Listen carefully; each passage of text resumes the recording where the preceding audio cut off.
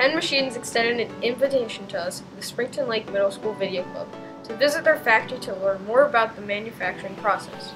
Penn Machines is a family-owned and operated machine shop.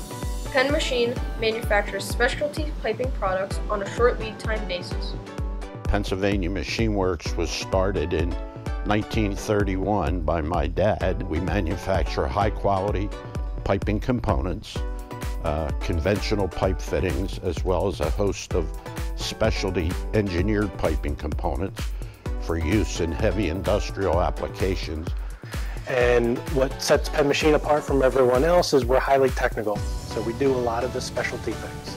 You know, anybody can make a normal pipe fitting, but what we do very well is the special things. So we have engineering in-house, we have programming, testing, so we can take our fittings from beginning to end and make sure that we're producing the highest quality part that we possibly can.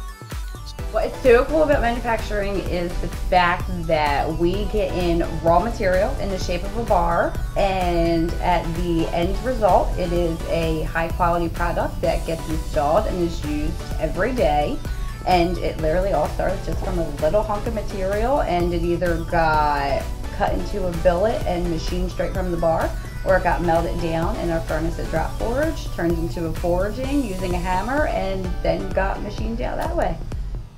What I do like about my job is working with each one of the employees every day in different areas, and I like going out and telling them about our company as well. What we look for is, number one, attitude and dependability is important in hiring today.